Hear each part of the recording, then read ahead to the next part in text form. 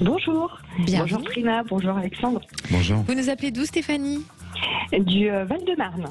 D'accord. Et votre fils a un gros mal-être? Un énorme mal-être. Oui. Expliquez-nous.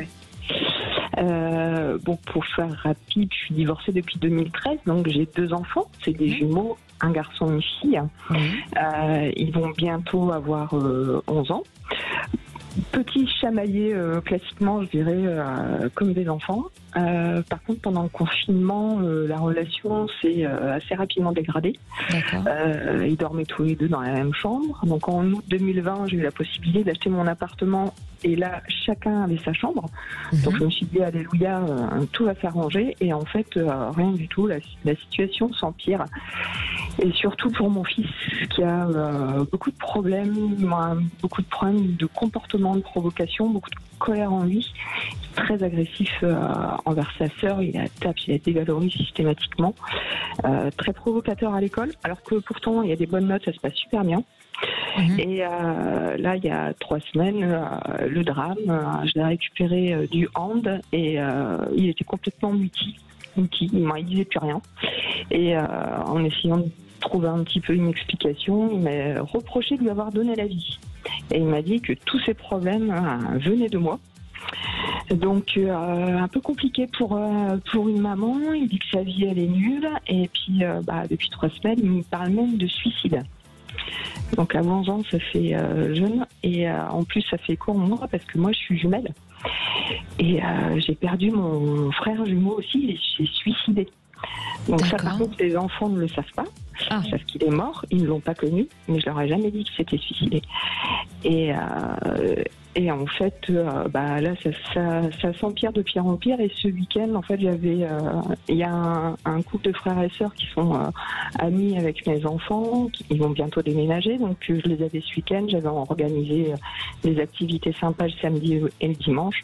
Et le samedi, gros clash de mon fils. Il en avait marre. Les filles trichaient. C'est toujours chaque fois qu'il lui arrive quelque chose, c'est toujours la faute des autres et surtout, notamment, la faute de sa sœur. Il s'est gratté le cou à 100. Et dimanche, ils ont joué tous les 4 à un jeu vidéo. Et puis pareil, ça finit en clash. Il a crié et là, il a continué à se regratter ensemble, disant que il voulait se suicider, qu'il en avait marre de sa vie et tout ça. Et moi, je m'inquiète énormément. Et en fait, ma question, c'est de savoir comment va évoluer leur relation. Parce que ça me fait beaucoup de peine, parce que je les sens malheureux tous les deux, en fait. D'accord. Est-ce qu'il a encore des contacts avec son papa?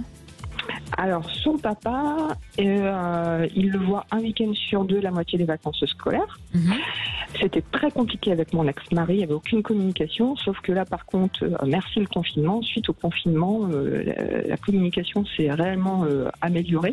D'accord. Donc, on peut vraiment discuter ensemble. Lui, il me dit que quand il voit mon fils, Yolan, il y a un petit garçon qui fait des blagues. Alors, c'est sûr que c'est un petit garçon qui a beaucoup d'humour.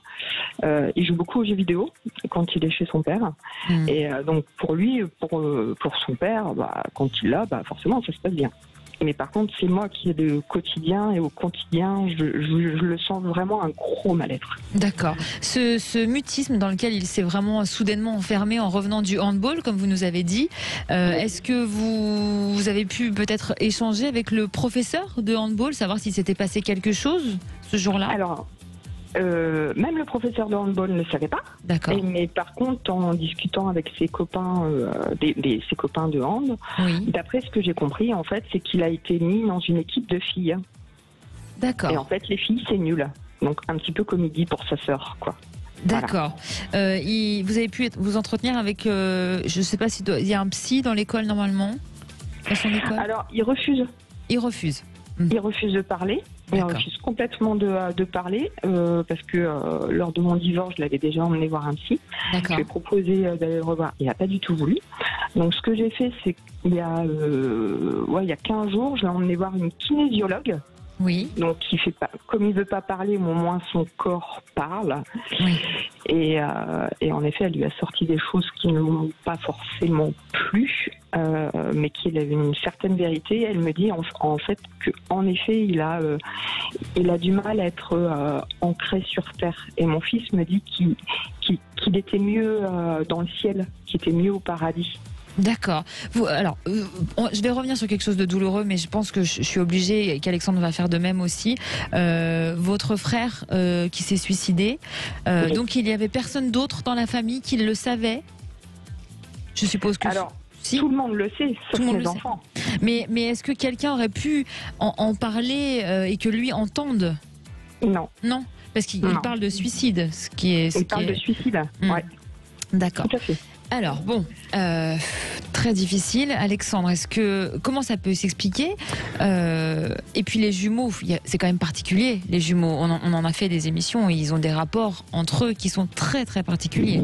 Mais surtout que c'est des jumeaux avec un sexe opposé. Oui, des faux jumeaux. Voilà, des faux jumeaux. Donc c'est très différent que des vrais jumeaux où ils peuvent s'identifier à l'autre. Et là, il y a une opposition au niveau déjà du sexe. Donc voilà.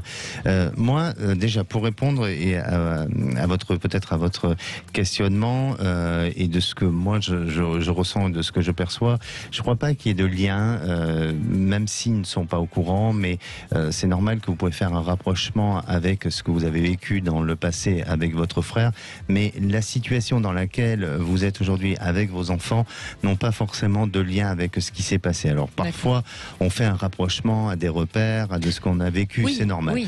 Mais essayez de ne pas prendre peur, Stéphanie, et de ne pas, je dirais, coller votre histoire à leur histoire et vice-versa, de manière à ce qu'à un moment donné, vous soyez pas trop en panique à ce niveau-là. Ensuite, en ce qui concerne votre fils, effectivement, de ce que vous évoquez, il montre des troubles et qui semblent s'accentuer avec le temps. Beaucoup d'ados à son âge peuvent manifester le fait de dire souvent je suis mieux au ciel que ça. Donc je veux pas dire que c'est courant, mais ça peut arriver fréquemment quand un enfant c'est pas qu'il n'a pas l'importance des mots, mais quand il ne mesure pas véritablement la portée de ce qu'il dit. Donc pour moi, là aussi, je crois que votre fils il faut qu'il soit accompagné, qu'il le veuille ou qu'il le veuille pas, mais il faut qu'il soit accompagné parce que son attitude et son comportement ne semblent pas être pour lui dans le bon équilibre. Maintenant, ce qui semble ressortir aussi, c'est la notion du père. C'est-à-dire que à la fois aujourd'hui, il rejette tout le côté féminin. Alors peut-être qu'il y a une part de féminité en lui et en votre fils qu'il n'arrive pas à assumer et que justement il faut qu'il l'assume.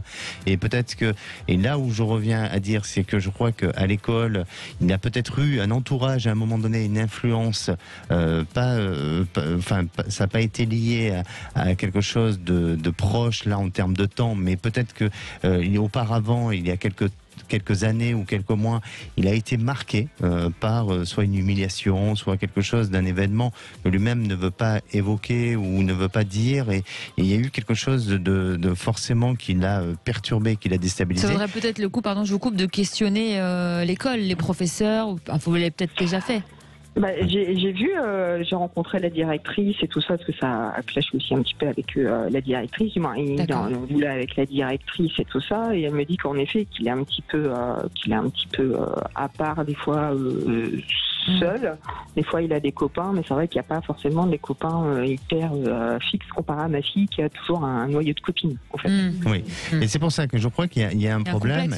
Il y a un complexe, il y a un problème de l'entourage, de l'influence, de ce qui se passe à l'école. Donc, il faut peut-être sonder, il faut, regarder de plus près et peut-être voir est-ce qu'il ne faut pas faire un changement d'établissement pour qu'il refasse ses repères.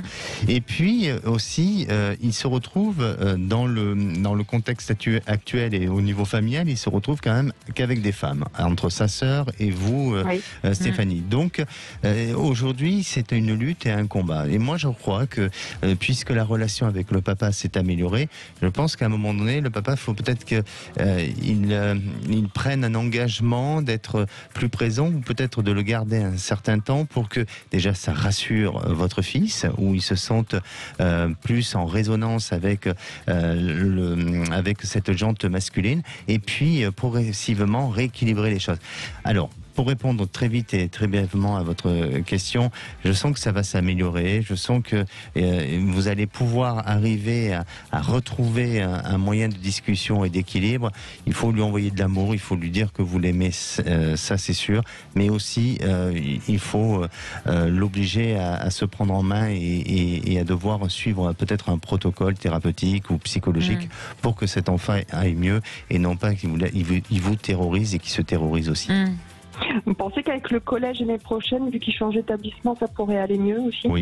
Oui, moi je pense.